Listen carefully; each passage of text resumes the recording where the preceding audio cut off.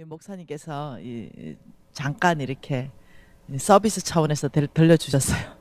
그래서 제가 보면서 이런 생각을 했습니다.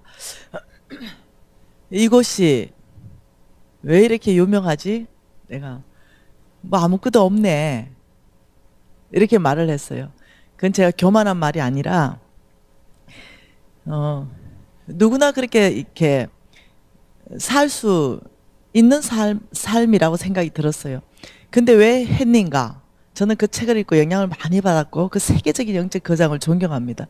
근데 헨리였기 때문에 이렇게 유명한 장소가 되지 않았을까?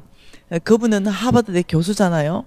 그럼에도 불구하고 교만하지 않고 정말로 그 가장 절대 필요가 있는 그들과 함께 살고 그들과 함께 특별하지 않는 우리도 늘 그들과 같다 이런 생각으로 사셨잖아요. 근데 그걸 보면서 제가 우리 NCMN의 한 사역자가 생각이 나는 거예요. 우리 NCMN의 한 사역자는 아주 아름다운 아가씨입니다. 아가씨였습니다. 정말로 얼굴이 빛이 나요. 너무 아름답습니다. 근데 이 자매는 하나님께서 특히 장애인에 대한 이 각별한 마음을 주셨어요. 그래서 장애인을 이제 섬기고 있는데 거기에 굴러서 그 집, 이 아가씨가 섬기던 그 장애인 집에 어떤 한 형제가 들어옵니다. 이 형제는 잘 나가던 이 사람이었어요. 근데 어느 날 교통사고가 나서 하반신이 마비가 돼요. 그래서 이제 그 휠체어를 타고 왔죠. 그리고 아이가 둘이가 있었고 부인이 있었는데 하반신 마비가 된 그 남편을 버리고 도망갔어요. 그리고 이 사람은 하반신에 마비된 상태에서 그냥 버림받았습니다. 그리고 올 때 갈 데가 없어서 이제 장애인 집으로 오게 됐어요. 근데 그 형제는 나이도 많고 얼굴도 그렇게 빛나게 아름다운 형제는 아니었어요. 근데 이 자매에게 너무너무 이 형제에 향한 이 사랑이 흘러가는 거죠. 둘이 결혼하게 됩니다. 쉽지 않은 선택이죠. 결혼까지 한다는 건요. 그러면서 이 형제는 이 하반신은 아예 쓸 수가 없습니다. 그리고 벌써 결혼한 지가 오래되었고 이제는 50대가 훌쩍 넘은 이 사역자입니다. 이 사역자가 우리 NCMN의 구제 담당 팀장이라는 거예요. 우리 NCMN 사역 중에는 구제 사역이 있습니다. 거기는 이제 서울역에 가서 그다음 을지로에 가서 그다음 숭례문에 가서 그다음 영등포에 가서 4개의 사역팀이 있는데 그 안에서 이제 전체를 다 잘 리딩하는 특히 이 영등포 쪽 이쪽을 맡아가지고 하는 팀장인데 그 삶은 또 많은 장애인들과 함께 그냥 자기 집 거기서 더불어서 같이 살고 같이 그냥 먹고 그들을 섬기고 이런단 말이죠. 이 지금 자매는 나는 옆에서 얼마나 아름다운 삶을 사는지를 봐왔다는 거죠. 이분과 헨리하고 뭔 차이가 있을까? 이런 생각이 드는 거예요. 딱 차이가 있다면 이분은 배운 사람이고 여기는 좀 못 배운 사람. 이분은 누구나 들어가기 어려운 하버드 대학의 그때 교수예요. 근데 여기는 그런 어떤 사회적인 백그라운드가 없어요. 근데 그 중심의 그 삶의 아름다움을 보면 과연 경중을 따줄 수 있을까? 저는 없다라는 생각이 드는 거죠. 그런데 한 가지는 이거죠. 그 헨리 같은 그 전 사회 안에서 존경받을 만하고 그 누구나 이 하버드의 교수 이름을 우러러보는 그 자리에서 하나님을 깊이 만난 그 사람의 영향력을 보라는 거예요. 하나님께서 그 놀라운 이 영향력을 발휘할 수 있는 자리로 하나님께서 은혜를 주셨죠. 그리고는 어떠냐면 그 자리에서 그 하나님을 그 놀랍도록 섬기니까 온 세계가 이 장애에 대한 편견이 깨지기 시작했죠. 다른 시각으로 바라보기 시작했죠. 이 삶의 어떤 부분에 있어가지고 이 자매도 물론 대학 교육 다 받고 정말로 이 빛나는 아름다움의 어떤 이 외모도 소유했고 이러면서도 그곳에 뛰어들었어요. 그렇지만 이 어떤 엄청난 영향이 있는 자리에 있었던 건 아니에요.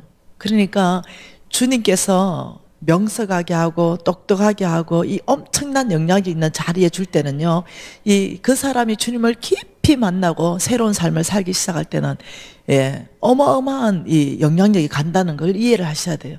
그래서 어떤 사람은 재물 얻을 능력을 하나님께서 기가 막힌 방법으로 DNA 가운데 줍니다.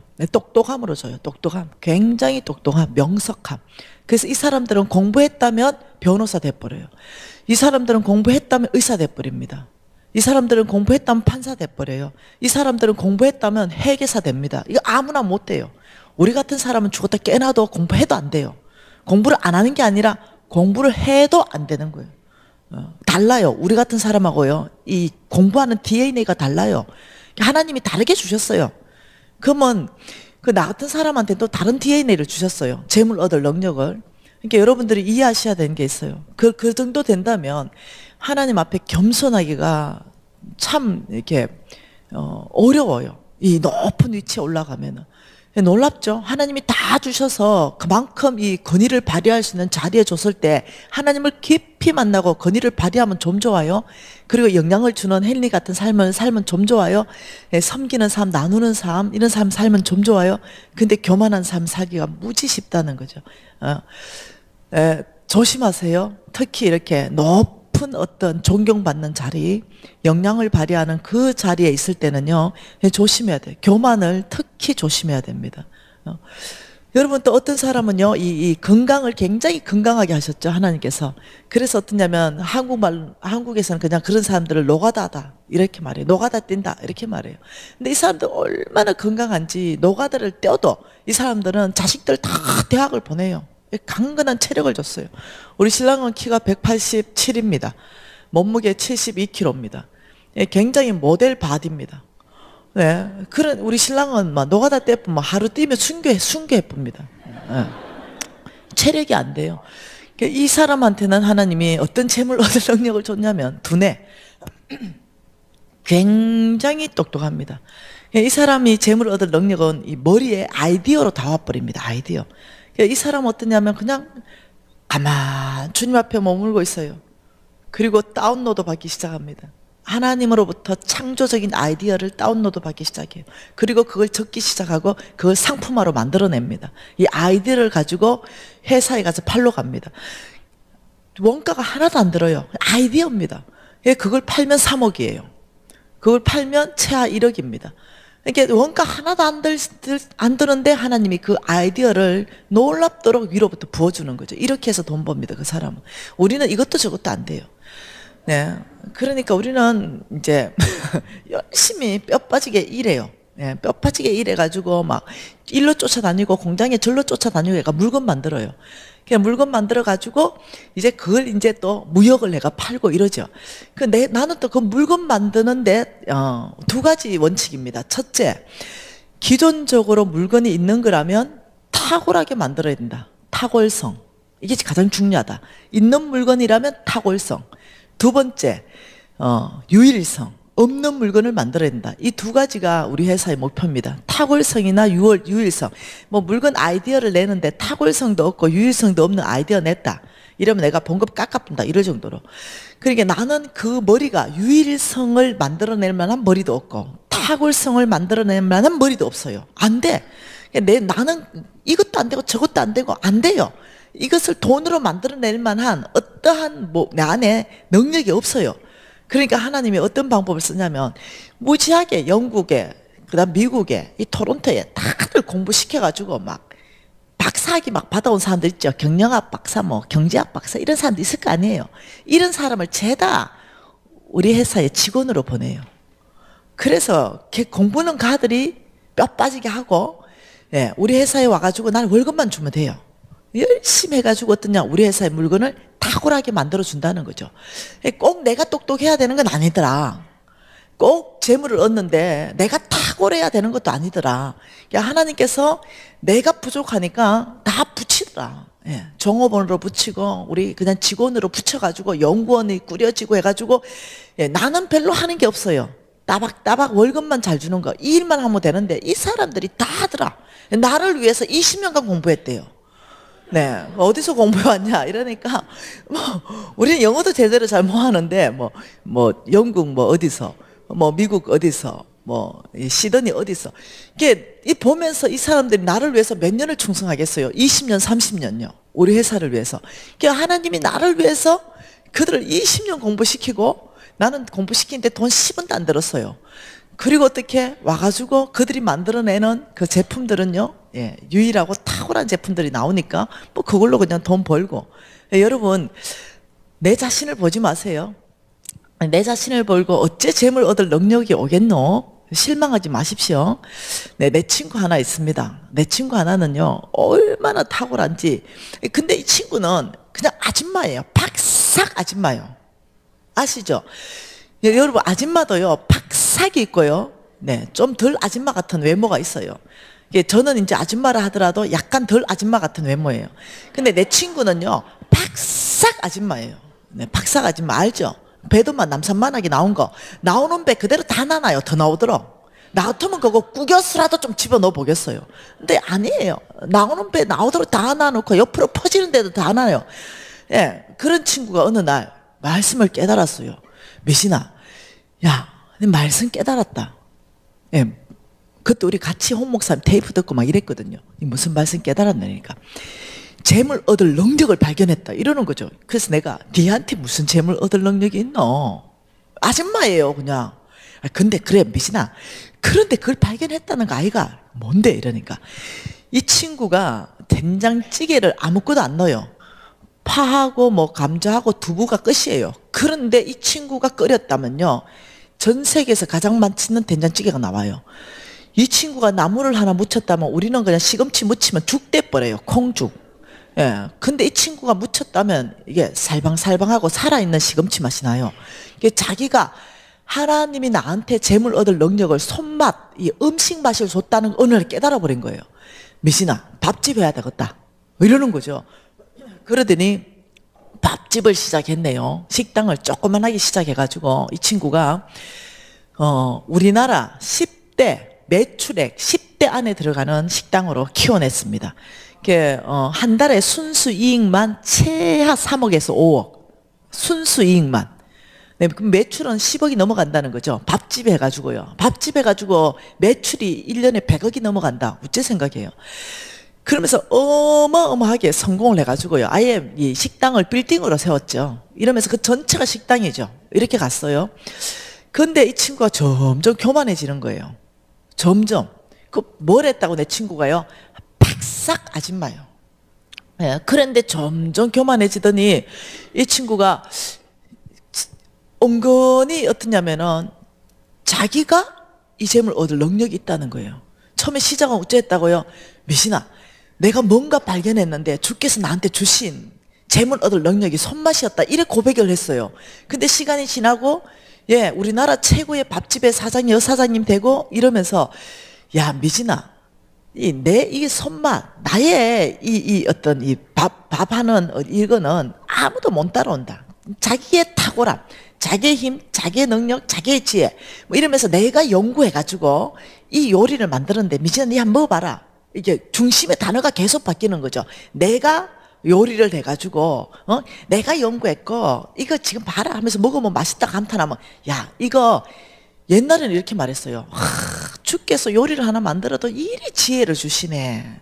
이렇게 얘기했어요. 그 뭐 계란컵 안 써도 그냥 놀랍게 하나님이 이렇게 해가지고 이렇게 했는데 이러더니 어느 날 하나님이 빠지기 시작하더니 야, 내가 어디 프랑스 갔다 왔는데 뭘 탁 먹고 이 퓨전으로 한국 입맛에 탁 바꾼데 이거 내 아이만 아무도 못 한다. 뭐 이랬었더라고요. 그래가지고 무엇이 좀 점점 뭐 교만해진다는 느낌이 어느 정도 이렇게 계속 나한테 들었어요. 찝찝한 느낌. 그러더니 어느 날 미신아, 마이도 말고 막 나한테 한 10억만 보내라 이러는 거야. 왜 이러니까 더 큰 음식점을 하겠다는 거예요. 그래가지고 안 하면 안 될까? 야, 지금 일이 잘 나갈 때 확장하고 더 크게 해야 된다. 내가 무슨 100억 보내라는 것도 아니고 10억 보내라. 10억 같으면 3개월이면 갚는다. 알았지? 그래가지고 내가 그 매출을 우리 공인회계사 하고 같이 줬거든요. 그러니까 걔 매출을 내가 손바닥 보듯이 보고 있었거든요. 그러니까 어려운 게 아니에요. 3개월이면 10억 나와요. 그래 10억을 또 보냈네요. 근데 얘가 나한테만 빌린 게 아니야. 어마어마하게 확장하기 위해서 여 10억, 저 10억, 저 10억 이래가 다 끌어와가지고 한 거죠. 그래서 100억을 빌리면 이자만 얼마겠습니까? 그 IMF 전에. 그런 식으로 어떠냐면은 아주 겁도 없이 시작했어요. 그래 하나님께서 그 교만을 봤죠. 옛날에는 어떻게 했다고요? 밥집을 어째 시작했다고요? 밥집을요, 저거 집에서요. 저거 집에서 밥 해가지고 그 거실에서 테이블 3개 놓고요. 그리고 식당 뭐 이렇게 허가도 못 내고 그냥 어떠냐면 암암리 아는 사람들이 그냥 점심때 된장찌개 먹으러 오는 정도로 이래, 야, 내가 식당 어째 내노? 내 같은 사람이 식당 내가지고 망하면 어째노? 그냥 우리 집에서 그냥 테이블 한 3개 놓고 시작하면 안 되겠나? 이래가지고 했더니 얼마나 겸손했는지 몰라요. 근데, 야, 내가 누구? 이 단시간 안에 대한민국 10위 안에 들어가는 음식점에 내가 여사장이, 내가 누구? 야, 10억 번에? 뭐 이런 식으로 바뀐 거예요. 그 내가 안 될 건데, 그래, 하면, 이런 생각이 있었는데도 10억을 보냈죠. 그래가지고요, IMF 터져가 걔 망하고 내 망하고요. 그래서 완전히 걔 쫄딱 망했어요. 완전한 거지 됐습니다. 내 망하고요. 그래 같이 거지 됐습니다. 근데 나는 완전히 깡그리지 망해가지고 어디까지 갔냐면은 완전 길바닥에 난전 노숙자 됐고 얘는 그래도 집안채라도 건지더라고요. 뭔 말 이해되죠? 그 내가 맨날 걔 보고 니 도둑놈이다 이랬어요. 남의 돈도 안 주면서 그 집을 보유하고 있으니 도둑놈 아이가. 그 다른 사람 명의로 돌려가지고 왜 건지는 거 있잖아요. 그 내가 야 나는 진짜 예수 믿고 니하고 내하고 차이점이 고신사대하고 니 일대다 이 차이다 내가. 야 고신사대는 자기 쓸 돈을 뒤로 챙겨놓고 이렇게 거의 이렇게 뭐한다 우리는 깡그리째 다 주고 길바닥에 나 앉았다 이렇게 나보고 맨날 니가 바보 아이가 그러니까 이랬어요.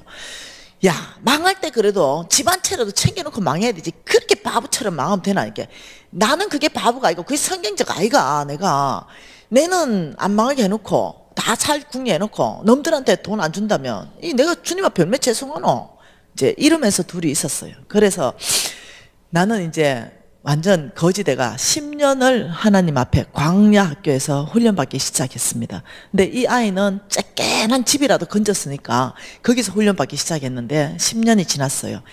나는 다시 대한민국 상위 1%로 하나님께서 회복을 다 시켜줬어요. 왜요? 갈급했고 간절했고 소망이 끊어졌거든요. 내 힘, 내 능력, 내 지혜, 내 방법 이 교만한 모든 게 무너졌거든요. 그 주님 앞에 간절함으로 나갔고 불치병 걸렸거든요. 당신의 이 병은 의술로는 치료할 수 없습니다. 그러니 얼마나 간절하겠어요. 주님 앞에 간절히 매달렸거든요. 근데 이 친구는 살만해요. 등 붙일 집도 있고 근데 이 친구 아직도 그 모양 그 꼴이에요. 아직도 못 일어났어요. 아직도 그 모양 그 꼴이고 아직도 교만이 안 깨졌어요. 나한테 아직도 전화 와가지고요. 미진아 10억만 보내라. 아직도 이러고 있어요. 그래서 내 실력 알지 않냐 이거예요. 네가 받지 않냐 정인이지 않냐 내 실력 알려. 아직도 내 실력이에요. 내가 지금 자금이 없어서 그러는데 딱 네가 자금만 대주면 내 다시 일어나 버린다. 내가 1000만 원도 안 보내줍니다. 뭔 말 이해되죠? 왜요? 이제 안 되거든요.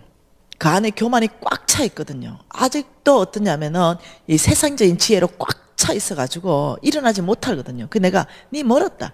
그 집이 그 한 채 남은 집이 정말 너한테는 그게 복이 되지 않았다 내가 이제 이런데 그 아가 내 말을 이해를 못해요. 무슨 말 이해됐죠? 여러분 하나님께서 우리한테 지금 계속 말씀하시는 게 뭡니까? 계속 말씀하시는 건 이거였습니다. 이 온유함. 이 온유함이 도대체 뭐냐? 오늘 어제 저녁에도 온유함. 오늘 오전에도 온유함. 이 온유함에 대해서 얘기했어요. 이 온유함은 자기 자신을 길들이는 거라 그랬어요. 야생마 길들이듯이, 송아지 길들이듯이 자기 자신에게는 정말로 무시당하든지 침뱉음 당하든지 모욕당하든지 정말 주님 앞에서 누가 내 자신을 그렇게 모욕해도 주님 앞에서 잠잠할 수 있는 내면의 힘. 그렇지만 우리 하나님의 이름이 모욕당하고 무시당할 때는 안 돼! 라고 다윗처럼 골리앗 앞에 일어나고 이런 것. 이 온유한 삶을 훈련받는 것, 이것이 재물과 깊은 연결이 있다. 이래서 어저께 밤에 제가 그것을 위해서 몇 가지의 요소들을 제거하면서 온유함을 훈련받으라. 이러면서 훈련할 수 있는 몇 가지를 드렸습니다. 그러면서 롯의 시선을 어떻게 제거할 것인가, 이스마엘의 요소를 어떻게 제거할 것인가, 에스의 요소를, 그리고 루벤의 요소를, 시몬과 레위의 요소들을 우리가 어떻게 제거한가. 이것은 어제 제가 드린 거는 뭐냐?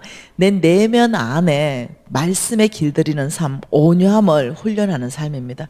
여러분 이것이 뭐냐면요, 믿음으로 사는 삶입니다. 뭐라고요?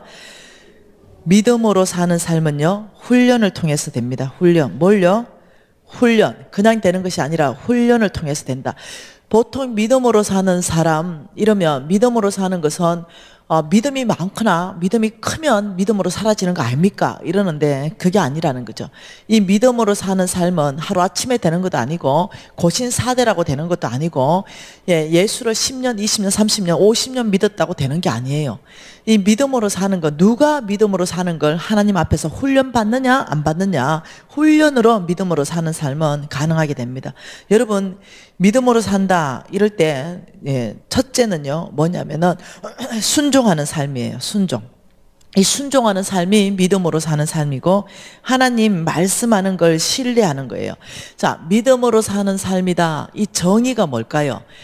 하나님 말씀 듣고 사는 삶, 하나님 음성 듣고 사는 삶, 이게 믿음으로 사는 삶의 정의예요. 그러니까 하나님 말씀과 하나님 음성을 들었다면 믿음으로 사는 사람의 반드시 특징이 뭐냐면요, 이 순종하는 사람이라는 거죠. 순종, 이거는 내가 할 일입니다. 뭐라고요?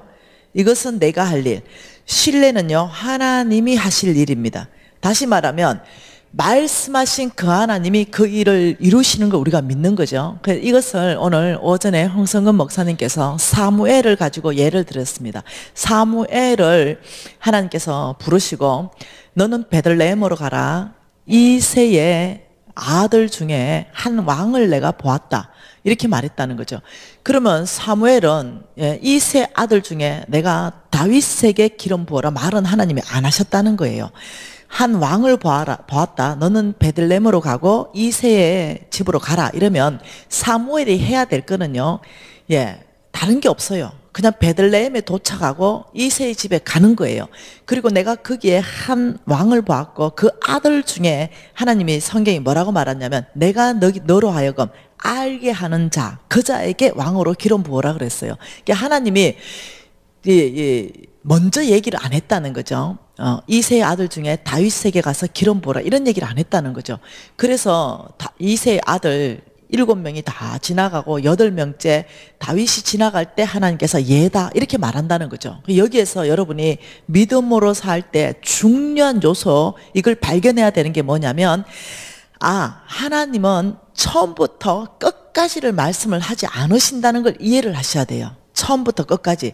그러니까 하나님의 말씀은 내 발의 등이요 내 길을 비추는 빛이니이다. 다시 말하면 한 그릇만 얘기한다는 거죠. 자, 어저께 우리가 창세기 12장 1, 2, 3절을 읽었는 걸 보면 여러분 성경을 대충 읽지 말고 자세히 한번 읽어보세요.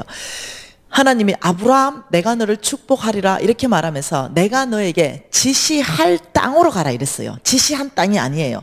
그러니까 아브라함이 집에 있을 때 가나안 땅으로 가라 이렇게 말하지 않았다는 거죠. 그러면 좀 좋겠어요. 가나안 땅으로 가야 되는 목적을 명확하게 알기 때문에 집을 떠날 수 있죠. 근데 그래 말하지 않았어요. 너는 본토 친척 아버지의 집을 떠나라. 그게 딱 한 발 떠날 거, 행동할 거 딱 한 발은 알게 하십니다. 그런데 어디로 가야 되는지는 없는 거죠. 대체적인 방향성은 나와요. 베들레헴이다 이런 식으로. 그러니까 이 믿음으로 사는 게 무지하게 중요한데 우리는 끝장을 보려고 그러는 거죠. 집안에 앉아가지고 주님 지시할 땅을 말씀하시옵소서. 지시할 땅이 어딥니까? 땅을 말씀하시옵소서. 그래야 움직이지 않습니까? 얘기 안 한다니까요. 하나님은 어떠냐? 일단 보따리 사들고 문 밖에 딱 나온 게 뭐냐면 순종이에요. 내가 할 일이에요.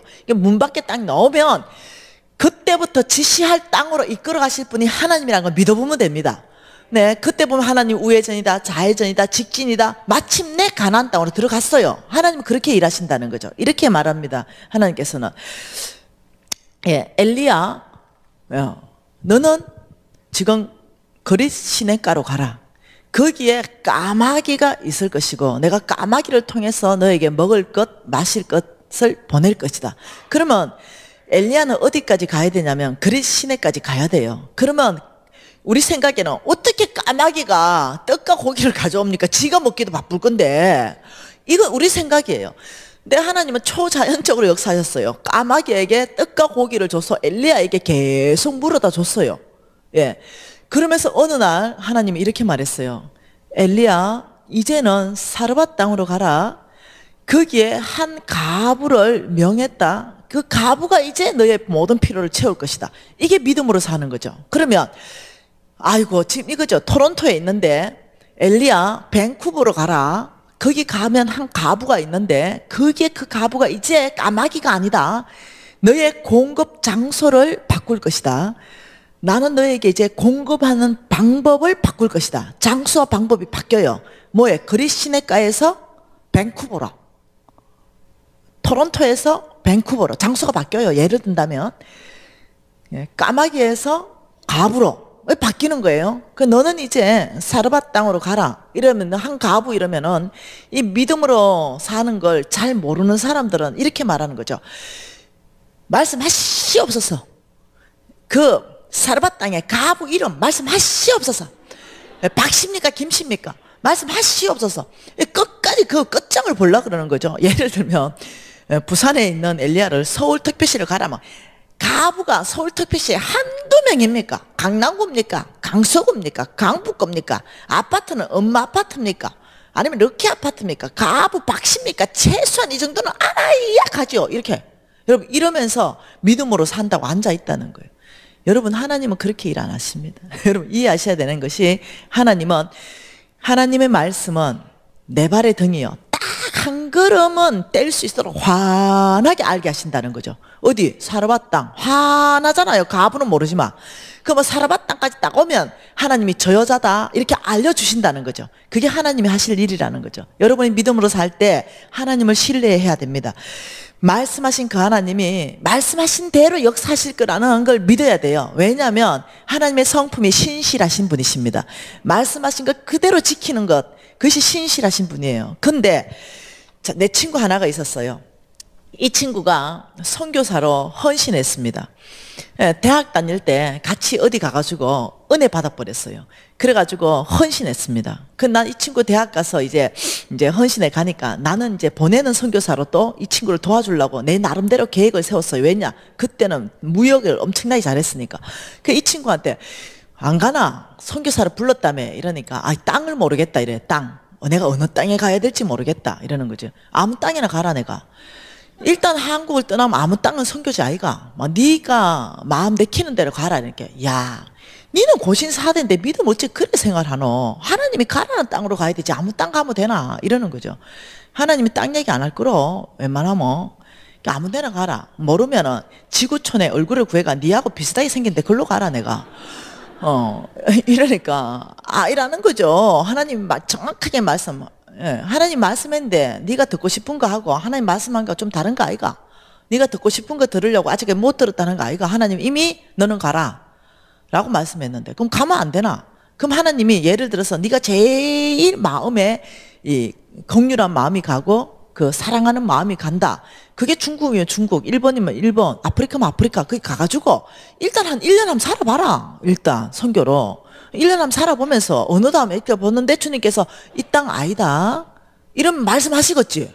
막 그 땅 맞으면 막 긍휼한 마음이 부어지고 막 그들이 이쁘게 보이고 막 그들을 선교고 싶고 막 동역자들이 붙기 시작하고 이런 일이 있겠지. 일단 움직여라. 그러니까 내보고 나는 네 믿음으로 사는 거 보니 좀 이상하다 이러는 거죠. 그러더니 나의 하나님이 분명히 땅을 얘기할 것이다. 예, 여러분 30년 지났다. 아직도 못 갔다.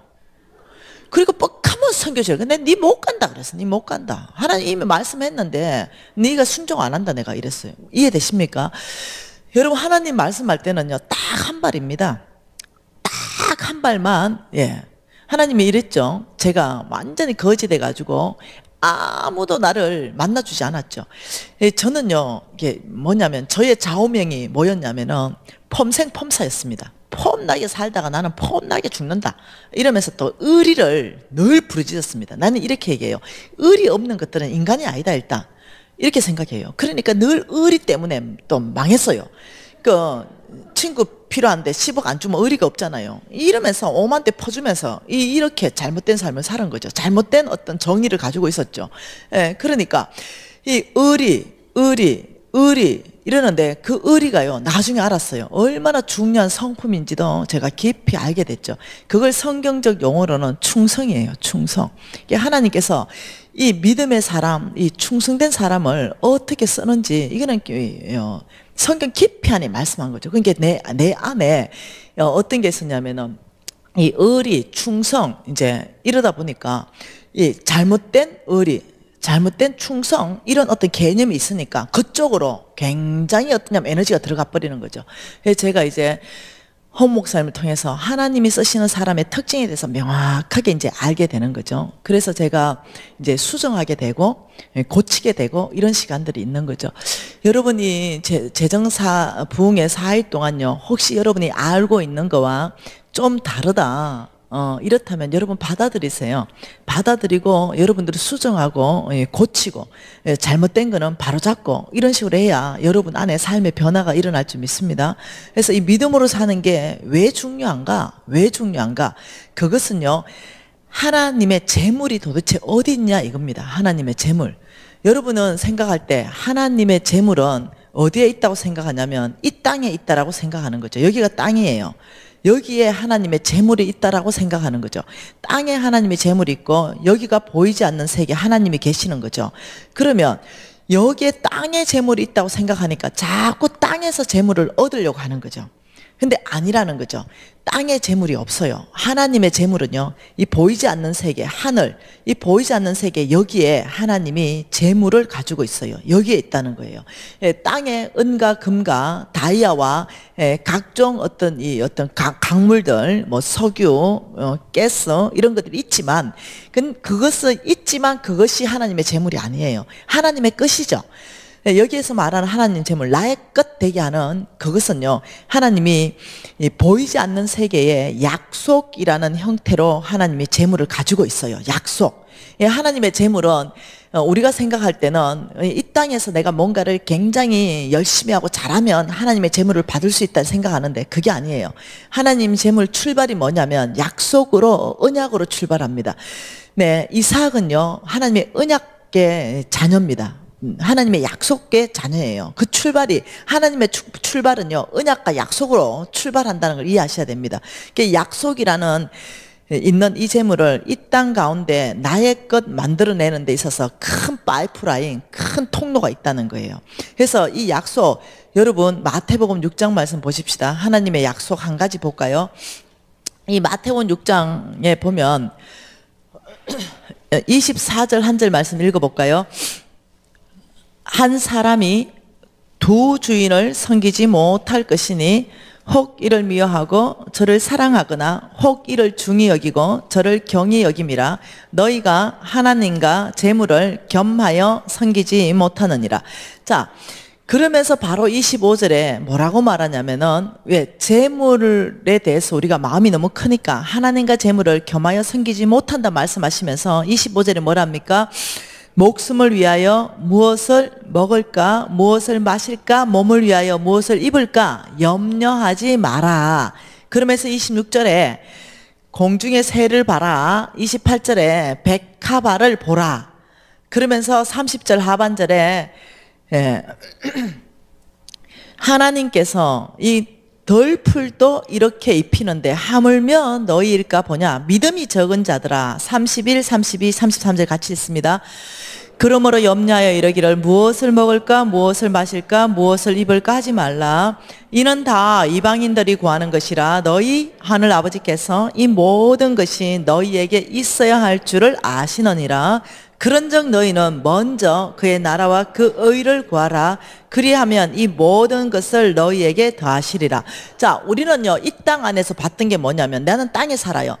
땅을 바라보면서 여기에 먹을 것, 여기에 입을 것, 여기에 마실 것이 있다 생각하니까 이 땅 안에서 너무 열심히 하는 거죠. 근데 실질적으로는 아니에요. 실질적으로는 어떠냐면은 여기에 있다는 거죠. 먹을 것, 마실 것, 여기에 입을 것, 여기에 있다는 거죠. 이 세 가지. 우리가 땅에 필요한데 하나님은 땅에 있는 것이 아니라 보이지 않는 세계에 약속이라는 형태로 먹을 것, 입을 것, 마실 것을 내가 너희들에게 줄 것이다. 믿음이 적은 자들아, 염려하지 말아라. 이 먹을 것, 입을 것, 마실 것을 통하여 염려하지 말아라. 왜? 그건 내가 줄 것이고 아버지인 이 아빠 아버지는요, 뭔지 아시죠? 이 아빠다 이러면요, 이 책임이 있는 거예요. 책임. 예. 자녀들을 먹일 책임, 자녀들을 입힐 책임, 자녀들을 마시게 할 책임. 이 아빠, 예, 이 아빠, 아버지, 내가 먹을 거, 입을 거, 마실 거 주는데 어떤 사람한테 주냐면은 약속을 하셨어요. 먼저 그의 나라와 그의 의를 구하는 이 사람, 먼저 이 땅에서 우리가 살아야 되는 거는 뭐라고요? 놀랍게도 그의 의와 그의 나라. 우리의 살아야 되는 삶은 그의 나라와 그 의를 위하는 삶, 이 삶을 살아야 되지. 먹을 것, 입을 것, 마실 것을 위해서 살며 끊임없이 그것을 위해서 살아야 돼요. 예, 끊임없이 고통 속에 살아야 됩니다. 끊임없이 돈에 종되어서 살아야 됩니다. 근데 하나님께서 그래 살지 마라. 먼저 그의 나라와 그 의를 구한다면 하나님의 약속이 이 세 가지 이거 바로 이 땅 가운데 너의 것으로 집행할 것이다. 내가 줄 것이다. 이렇게 말한다는 이 놀라운 사실이라는 거죠. 예, 하나님께서는 놀랍죠.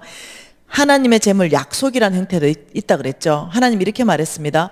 내가 너에게 재물 얻을 능력을 줄 것이다. 그러니까 어떤 사람은 하나님으로부터 재물 얻을 능력이 부어진다는 거죠. 하나님부터. 내 속에는 없어요. 이미. 내 속에는 없는데 하나님으로부터 부어지는 게 있다는 거죠.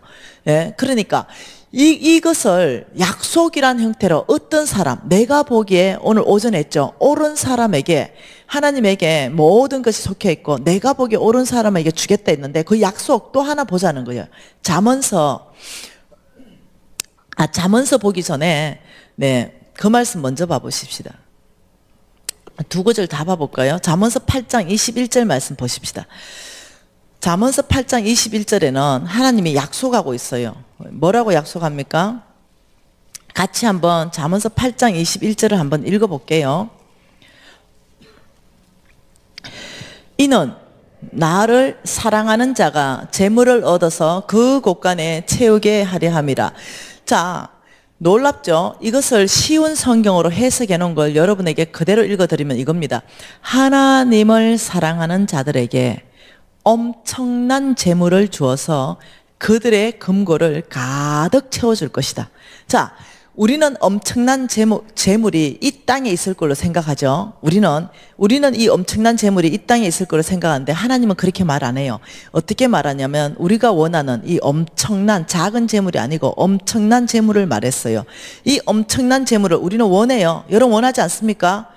예, 저는 원합니다. 왜요? 온 땅에 하나님의 사람들이 너무나 많이 있기 때문에 그들을 섬기기 위해서 저는 이게 필요해요. 엄청난 재물. 이 엄청난 재물은 보이지 않는 세계, 이 보이지 않는 세계, 이 하나님이 계신 여기에 엄청난 재물을 하나님이 들고 계신다. 이렇게 말해요. 이 엄청난 재물을 이 땅 가운데 누구에게 주겠다는 거죠. 어떤 파이프라인 통로를 통해서 주겠다. 이렇게 말하는데 하나님을 사랑하는 자에게 엄청난 재물을 주어서 그들의 금고를 가득 채워줄 것이다. 이거 하나님의 약속이에요. 다시 말하면 누구에게요? 하나님을 사랑하는 자, 이 자에게 뭐 준다고요? 엄청난 재물을 준다. 참 놀랍죠? 자, 오늘 오전 홍 목사님의 말씀을 통해 가지고 뭐 어떤 사람이 하나님을 사랑하는가를 계속 배울 거예요. 첫째 오늘 배운 게 뭐냐면 온유한 자다 이랬어요. 온유한 자. 이 온유한 자의 정의에 대해서 우리가 깊이 있게 배웠습니다. 뭐가 온유한 자인지. 하나님을 사랑한다면요, 당연히 온유한 사람 되는 거예요. 그러면서 이 하나님을 사랑한다 이 말이 뭐겠어요?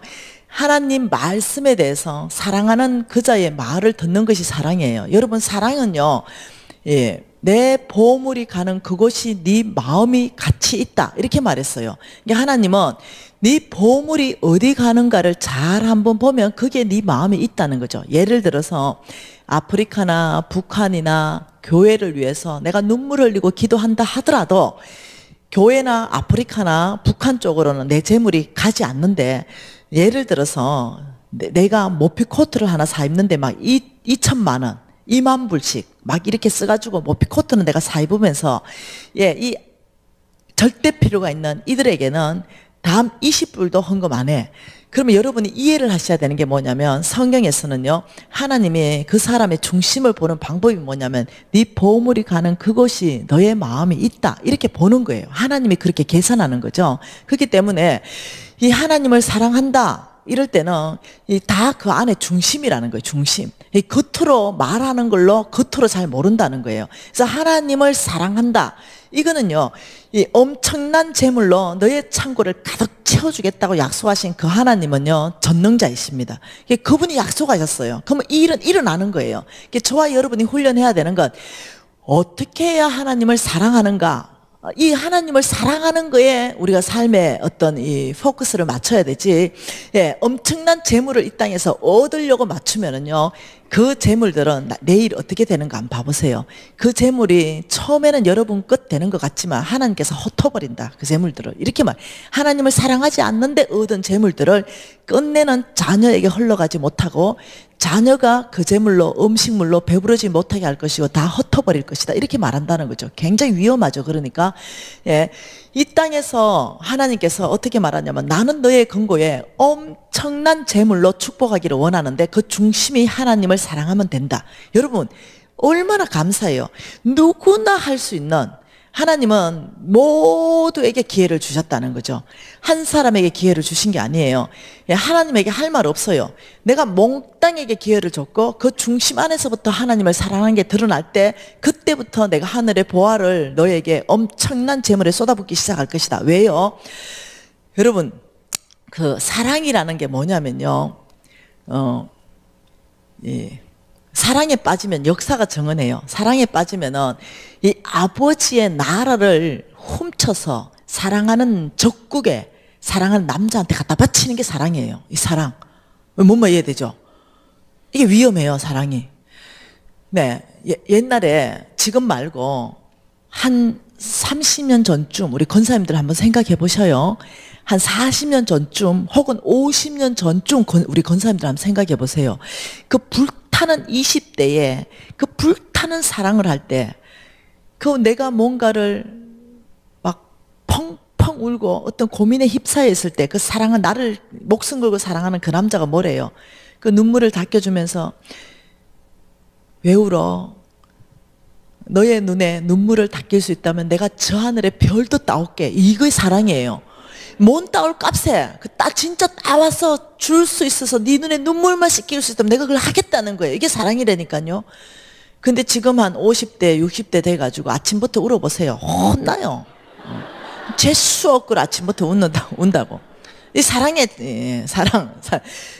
사랑은 뭐냐, 이 상대의 우는 눈물, 그게 왜냐면 이 사람이 고통스럽기 때문에 그렇고 뭔가 고민이 있기 때문에 그렇다. 그 눈물에 동참해주고 싶은 거죠. 해결해주고 싶은 거예요. 이게 사랑이에요. 예. 여러분 사랑한다면서, 남녀간에 사랑한다면서 돈을 일절 나한테 안 쓴다, 이런 남자가 있는데 사랑한다고 얘기할 때는 빨리 헤어지라고 내가 얘기해요. 사랑하는 게 아니에요. 정말요. 그게 저축하고 검검 전략하고 이게 아니라 자기한테는 좀 쓰는 것 같은데 나한테만 유독 안 쓰고 네가 다 쓰게 한다. 이건요 진짜 그 안에 사랑이 없다니까요. 사랑하면요 어떠냐, 물질이 먼저 가게 돼 있어요. 네. 그래서 어떠냐면 자식한테 아낌없이 쓰게 돼 있어요. 여러분이 알아야 돼요. 특히 결혼할 때 자매들이요, 이 기가 약해. 사랑한다, 목숨 바쳐, 이런 데 꼬임에 빠지지 말라니까요. 이 형제가 정말 마음을 담아서 나한테 물질을 쓰는가, 이거 중요한 척도입니다. 여러분 중요한 척도예요. 뭐 좋은 다이아 이게 아니에요. 자기한테는 뭔가 쓰는 것 같은데 나한테 안 쓰고 아주 인색하잖아요. 그 결혼해도 아주 고생해요. 네. 그게 아니에요. 네 보물이 가는 그곳이 여러분 모든 거의 기준은요 진리인 성경 말씀이에요. 네 보물이 가는 그곳이 뭐 있다고요? 네 마음이 있다 했기 때문에 이게 진리예요. 내 안에 보물이 온다면요 그 사람이 날 사랑하는 거예요. 뭔 말? 뇌물 말고. 네, 구분해야 되죠. 뇌물하고는. 네. 여러분 이사야 말씀을 읽다 보면은 6장만 가도요 하나님이 온 땅에 대한 아버지 마음을 다 보여주고 이렇게 말합니다. 이들을 위해서 누가 갈고, 그러면서 펑펑 우는 아버지의 모습들이 보이기 시작한다는 거죠. 그러면 이 아버지 어느 날 기도할 때 갑자기 온 땅에 잃어버린 영혼을 향한 이 아버지의 눈물을 보기 시작하는 거죠. 그러면 견디지를 못해. 왜? 내가 사랑하는 나의 예수님 눈에서 이 눈물을 흘리고 있는 눈물을 보니 내가 가슴이 불붙는 듯해. 왜? 그 눈물을 좀 닦여주고 싶어. 왜? 사랑하니까. 그 고민을 해결해 주고 싶어. 예수님 왜 우세요? 온 땅에 잃어버린 저 아이들 봐라. 이 지금 밭이 휘어져서 추수할 때가 됐는데 저들에게 갈 자가 없다. 이들을 위해서 누가 갈고 이러면요, 내가 예수님한테 너무 사랑하면 주님 제가 가겠습니다. 이래가지고 선교사로 막 나간다니까요. 정신없이 나간다니까요. 이 사랑이 정신이 없게 만드는 거예요. 무슨 말 이해돼요? 네, 그것이 뭐냐, 하나님이 아는 거죠. 너희들이 이 땅에서 진심으로 네 마음 안에 하나님을 사랑하고 우리 예수님을 사랑하는 걸로 꽉 채운다면 내가 너의 창고에 엄청난 보물로 부어줘도 그 돈이 다 어디 가는지 하나님이 다 알고 계시는 거죠. 어디 가요? 사랑하는 곳에 가요. 그 재물이 어디 가요? 사랑하는 곳에 가요. 아무리 재물이 많이 부어줘도 나의 킹덤, 마이 킹덤을 만드는데 쓰지 않아요. 나만을 위해서 빌딩을 만들고 나만을 위해서 막 땅을 더 넓히고 오직 나의 명예, 나의 비전을 이루기 위해서 막 이렇게 살지 않아요. 하나님을 정말 사랑하면 어떤 일이 발생하냐면 하나님 아버지의 마음이 있는 그곳에 그 재물이 가게 돼 있어요. 교회로 그 재물이 가게 돼 있어요. 선교지로 그 재물이 가게 돼 있어요. 하나님의 사람들에게 그 재물이 가게 돼 있어요. 그런데 나의 창고는 점점점 더 넘치게 돼 있어요. 이게 하나님의 재정 원칙이에요. 놀랍도록. 왜? 그 사람이 가기 때문에 더 갈 수 있도록 하나님이 더 부으신다고 성경은 말하고 있다는 거예요. 그래서 놀랍습니다. 그래서 이 성경 말씀은요, 놀랍게도 정말로 계시가 오지 않으면 이해하기가, 이 세상적인 사고관이 꽉 차 있는 사람들, 세상만 바라보고 사는 사람은 이걸 이해하기가 무지하게 어려워요. 그래서 성령께서 이해시켜 주시고 은혜 주신다면 이것이 진짜 은혜입니다. 말씀이 깨달아진다면 이것이 정말 은혜라는 거예요. 그래서 그러면 어떻게 하나님을 사랑할 것인가, 어떻게 재물에 대해서 정말로 훈련할 것인가. 예, 여러분, 자, 하나님 말씀에 정말 믿음으로 사시겠습니까? 순종하는 사람 되겠어요? 자, 하나님의 약속을 이 땅 가운데 세 가지 파이프라인으로 우리에게 주십니다. 그 첫 번째 파이프라인이 뭐냐면 믿음입니다. 믿음. 뭐라고요? 믿음. 이게 첫 번째입니다. 이 첫 번째 파이프라인이 하나님의 약속이 이 땅 가운데 나의 것 되는 데 있어서 첫 번째, 믿음으로 사는 그 사람에게 하나님의 약속이 다 나의 것 되는 거죠. 그 믿음으로 산다 이러면 먹을 거 입을 거 마실 거 염려하지 마라. 내가 너에게 먼저 그 나라와 그 의를 구하면 이거 다 줄게 했기 때문에 믿음으로 사는 사람 특징은 오늘부터 바꿔버려요. 어떻게? 어제 말했듯이 직장 가는 목적을 바꿔버립니다. 예, 하나님 나라와 하나님의 의를 위해서 나는 오늘 직장 간다. 그래서 나는 내 성질대로 사는 것이 아니라 어떻게 하면 나를 통해서 하나님의 형상이 드러날 것인가, 온유한 성품이 드러날 것인가, 긍휼한 성품이 드러날 것인가, 오래 참고 용서하는 성품이 드러날 것인가. 저 직원이 나를 너무 못 살게 해서 내가 원수 갚아야 돼요. 예, 세상 사람들은 저 직원이 나를 너무 갈궜기 때문에 나도 갈궈줘야 돼요. 그런데 나는 선교사로 그 직장에 갔기 때문에 갈구는 것이 아니라 어떻게 저를 용서하고 풀어주고 섬겨줄 것인가. 예, 다른 정신, 세상과 반대형, 반대 정신으로 살기 시작한다는 거죠. 어떤 굉장히 교만한 사람이 있어요. 지식을 자랑하는 사람이 있습니다. 아는 척하는 사람이 있어요. 여러분, 같은 영, 같은 정신으로는 그 교만을 절대 꺾을 수 없습니다. 어떤 사람은 자기가 얼마나 가졌는지 자랑하고, 얼마나 자기 집안이 좋은지 자랑하고, 자기의 지적 능력이 얼마나 좋은지 자랑하고, 자기가 얼마나 높은 위치에 있는지 자랑하는 거 우리 다 보이잖아요. 집만 모르잖아요. 네, 우린 다 알고 있잖아요. 예, 그래 하는데, 그러면 이제 또 이 사람들이 자기도 어느 정도 레벨이 되면 그 사람 말을 맞고 내가 어떤 사람인가 또 얘기하기 시작하는 거죠. 나는 어떤 사람이고 우리 집안은 어떤 사람이고 내가 어디서 공부했고 나는 지금 직장에서 뭐하고 이래가지고 여기서 얘기하고 저기서 얘기하고. 그런 사람한테는요 안 꺾어져요. 그런데 그 사람을 꺾을 수 있는 건요 반대형입니다. 아주 겸손한 영이야. 그러시군요. 하나님이 정말로 축복하셨군요. 아유 축복합니다. 예, 정말로 하나님이 너무 놀랍도록 형제님에게 뭐 아니면 뭐 누구에게 그런 이 환경들을 주셨군요. 참 존경합니다. 이런데 나중에 알고 보면 누구예요? 내가 나를 알고 보면 누구예요? 지보다 어떻게 훨씬 자랑할 만한 게 많은 사람이에요. 네, 그때 어떠냐면 아주 꺾여 나갑니다. 이해되셨죠?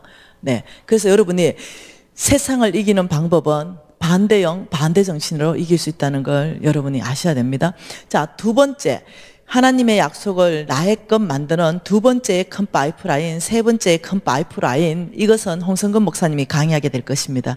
예, 탁월한 강의로 여러분을 섬길 거예요. 이 두 번째, 세 번째. 자, 그렇다면 우리는 이제 이 재물을 다루기 위해서 온유한 사람은 재물로서는 어떻게 훈련받는가, 이걸 여러분하고 좀 보고 싶어요. 자, 나는 온유한 사람인가? 자, 온유하고 항상 같이 가는 게 뭔지 아십니까? 온유하고 같이 가는 것이 겸손입니다. 온유한 사람은 또한 겸손한 사람입니다. 이게 같이 갑니다. 겸손. 자, 온유하다는 걸 오늘 다 배웠습니다. 겸손은 뭐냐면은 나의 위치를 지키는 겁니다. 다시 말하면 루시프가 자기의 위치, 피조물의 위치를 지키지 않고 그 위치를 벗어났기 때문에 교만해졌어요. 그러니까 겸손의 정의 자체가 나의 위치를 지키는 거예요. 자, 그러면 여러분이 이 직장 가서도요, 여러분의 권위의 위치를 지켜야 됩니다. 여러분이 대리라면 대리의 위치만큼의 바운다리 안에서 일해야 되지, 부사장 정도로 일하면 잘려요. 그러니까 내가 내 위치, 내한테 지금 주어진 위치 안에서 권위를 발휘하고 윗상사가 나에게 말할 수 있고 이런 권위를 주면 또 내가 말하고 또 아이디어도 내는데, 예를 들면 내가 대리이면서 막 부장을 지시하고 예? 막 이렇게 권위를 막 오버해가 하면은요, 그 사람을 하나님이 쓰실 수가 없어요. 이게 이 겸손하다, 이 말, 재물에 대해서 겸손하다, 이건 도대체 뭘까요? 여러분, 자, 수입이 있죠, 수입. 예, 수입이 있어요. 수입이 있고 지출이 있어요. 예, 겸손한 사람의 특징과 교만한 사람의 특징입니다. 하나님이 왜